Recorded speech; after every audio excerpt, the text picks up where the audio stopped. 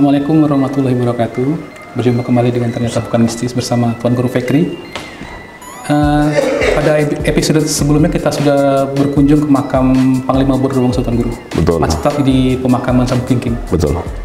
Kali ini kita bergeser ke tempat yang termasuk yang utama dari pemakaman Sabu Kingking. Yeah. Ini adalah pemakaman Ratu Sinuhun.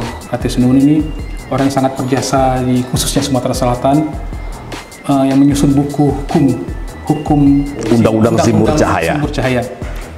Itu sangat hebat Ratu Sinuhun. Mungkin Tuan Guru selanjutnya bisa menjelaskan siapa Ratu Sinuhun dan ketokohan beliau. Baik, Assalamualaikum warahmatullahi wabarakatuh. Sahabat pecinta ziarah spiritual Nusantara, pecinta sejarah Islam di Nusantara. Saat ini kami berada di depan makbaro dari makam Ratu Sinuhun. Beliau adalah istri dari penguasa Palembang ataupun yang kita kenal dengan nama Sidoing Kenayan. Beliau memerintah tahun 1636 Miladiah sampai 1642 Miladiah. Dan makam Ratu Sinuhun ini merupakan ikon utama ataupun tujuan utama biasanya peziarah yang datang ke komplek pemakaman Sabu Kingking. Kalau kita lihat di dalam ini banyak sekali Tuan Guru, selain Ratu Sinuhun dan mungkin ada yang lain-lain yang mungkin Tuan Guru bisa kita masuk ke dalam. Boleh, ya. Menjelaskan. Bismillahirrahmanirrahim. Alhamdulillahirabbil alamin arrahmanirrahim maliki yaumiddin. Iyyaka na'budu wa iyyaka nasta'in shiratal mustaqim shiratal ladzina an'amta 'alaihim ghairil maghdubi 'alaihim waladdallin. Pemirsa, mungkin kita semua sudah tahu nama Ratu Sinuhun, tapi kita masih yang sedikit tahu silsilah beliau. Nah, mungkin Tuan Guru bisa jelaskan silsilah dari Ratu Sinuhun. Baik, bismillahirrahmanirrahim. Ratu Sinuhun ini sebagai seorang istri dari penguasa Palembang bernama Siding Kenayan. Pangeran Siding Kenayan, atau ada yang menyebutkan Sidoing Kenayan. Nama lengkapnya Pangeran Siding Jamaluddin Amangkurat. Nah, itu. Jadi beliau ini adalah zuriat ke-6 atau nasab secara genealogis dari Syekh Maulana Ishaq dari Samudra Pasai. Ini terlupakan sejarah ini. Mestinya nanti dari kita boleh boleh dipajang biar tahu silsilah beliau nasab sampai ke Syekh Maulana Ishaq. Jadi beliau adalah zuriat ke-6 dari Syekh Maulana Ishaq, Mufti Kesultanan Samudra Pasai. Lalu bagaimana rinci silsilah beliau? Saya akan bacakan. Bismillahirrahmanirrahim. Ratu Sinuhun atau Ratu Sinuhun binti Maulana Fadilah Pangeran Manconegara Cirebon atau Cirebon, bin Maulana Abdullah Pangeran Adipati Sumedang Negara, bin Maulana Ali Mahmud Nuruddin Pangeran Wirokusumo, bin Sunan Giri II atau Sunan Dalem, bin Sunan Giri atau Raden Ainul Yakin, bin Syekh Maulana Ishaq, Mufti Kesultanan Samudra Pasai. Jadi banyak sekali ternyata di Palembang, di kerajaan Palembang maupun di Kesultanan Palembang Darussalam ini terhubung ke Kesultanan Samudra Pasai. Ya, ini jelas dalam silsilah yang tertulis dalam beberapa naskah sejarah di Nusantara bahwa beliau merupakan zuriat ke-6 atau zuriat ke-5 dari Sunan Giri.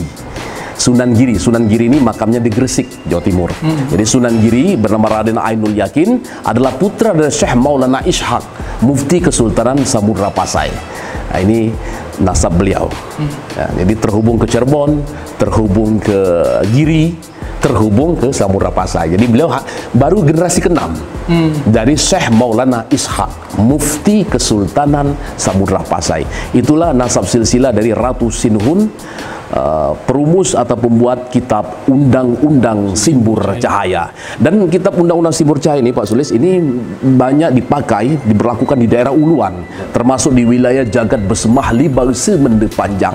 Bahkan sampai saat ini nilai-nilai adat yang terkandung di dalam kitab Undang-Undang Simbur Cahaya itu masih diberlakukan di wilayah Jagat Besemah Libau Semende Panjang, itu daerah Uluan yang meliputi daerah Pagar Alam, daerah Semende, daerah itu masih banyak saat ini dipakai. Ya, masih dipakai sebagai satu nilai-nilai kearifan lokal, norma-norma adat istiadat yang berlaku di wilayah Uluan.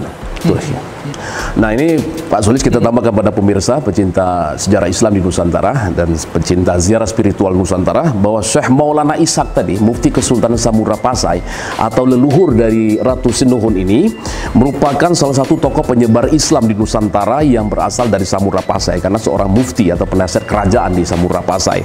Dan sebagaimana kita ketahui bahwa Syekh Maulana Ishaq ini adalah saudara kandung dari Syekh Maulana Ibrahim Asmorokandi atau Sunan Gresik atau ayah daripada Sunan Ampel. Nah, keduanya ini baik itu Syekh Maulana Ibrahim Asmorokandi ataupun Syekh Maulana Ishaq ini ke atasnya kepada Sayyid Jumadil Kubro. Maka ketemu lagi dengan silsilah yang kita ziarahi di pekan lalu, yaitu kepada Kyai Bagus Abdurrahman Bonrowongso. Silsilah ke atas sama beliau kepada Sayyid Jumadil Kubro sebagai pendahulu dari Wali Songo. Nah, satu lagi mungkin yang masalah kitab Simbur Cahaya. Itu orang sudah tahu kitab soal itu, Tuan Guru. Cuma belum tahu paham apa sih sebenarnya yang terkandung dalam kitab itu.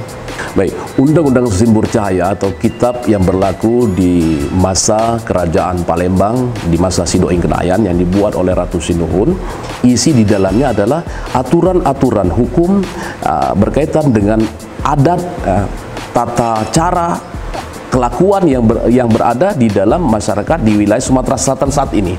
Ya, pada saat ini dinamakan Sumatera Selatan secara administratif. Jadi semua aturan-aturan, norma-norma hukum yang berlaku, aturan termasuk di dalamnya aturan bagaimana kalau orang mencuri ada tertulis di sana. Bagaimana kalau orang berzina itu ada juga di situ.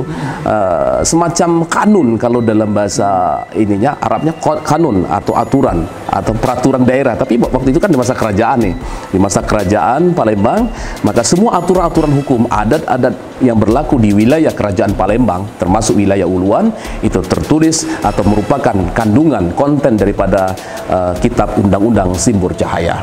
Itu sifatnya kalau Ratu Sinuhun ini sifatnya membuat undang-undang atau mengkodifikasi undang-undang, aturan hukum yang sudah ada. Kalau dalam sejarah Palembang maupun di dalam beberapa literatur yang kita baca, kita pelajari bahwa kitab Undang-Undang Simbur Cahaya ini bukan artinya murni dari apa suara hati dari seorang Ratu Sinuhun.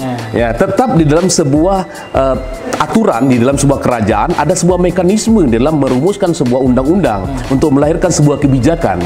Sama dalam kebijakan publik, kalau dewasa ini public policy, maka ada sebuah masukan yang kemudian diproses menjadi output kebijakan. Nah, begitu juga dengan Undang-Undang Simbur Cahaya. Undang-Undang Simbur Cahaya ini bukan semata-mata Ratu Sinuhun yang membuat kodifikasi, tapi yang menyusun.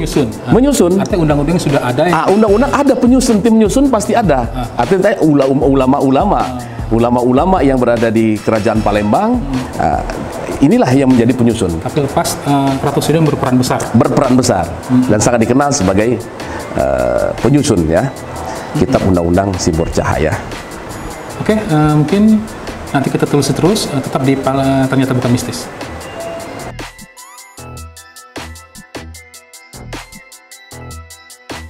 Tuan Guru, kita tadi sudah berkunjung ke makam Ratu Sinuhun. Nah, mungkin kesimpulan dari perjalanan ziarah kita hari ini bagaimana, Tuan Guru?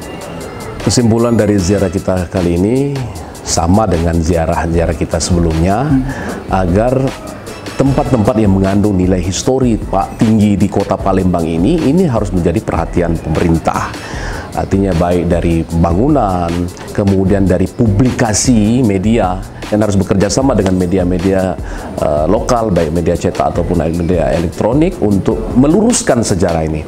Dan ketika ada sebuah narasi-narasi, deskripsi tentang makam yang keliru ataupun tidak pada porsinya ataupun sejarah yang benar, maka ini harus segera diluruskan agar publik dapat mengkonsumsi sejarah yang benar, sejarah yang lurus, sehingga kembali dapat mengangkat marwah kebudayaan di Palembang itu sendiri.